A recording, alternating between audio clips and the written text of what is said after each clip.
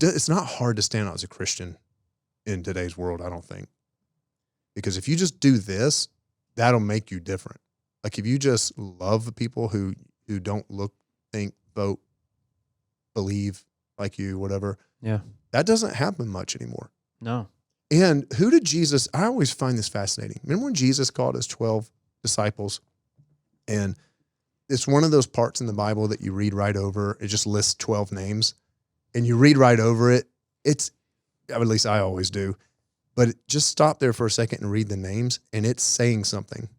Matthew was a Roman sympathizer, tax collector, okay? Sitting right next to him, Simon the Zealot.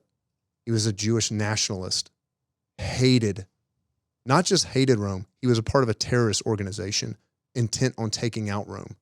Sitting next to Matthew, who was a Roman sympathizer collecting taxes for Rome. You have Peter, who was a poor fisherman, sitting next to John and James, who says we're sons of Zebedee. The fact that John wrote Sons of Zebedee and other gospel writers means that Zebedee was probably a well-known name, meaning they had a business, they had an enterprise. So you've got a wealthy family, probably who had means, I should say, who runs an enterprise sitting next to a peasant. You've got this wide, they look nothing like each other. Jesus is like, this is who I'm going to build the kingdom with. Mm. And because you're all sitting around the table looking at me.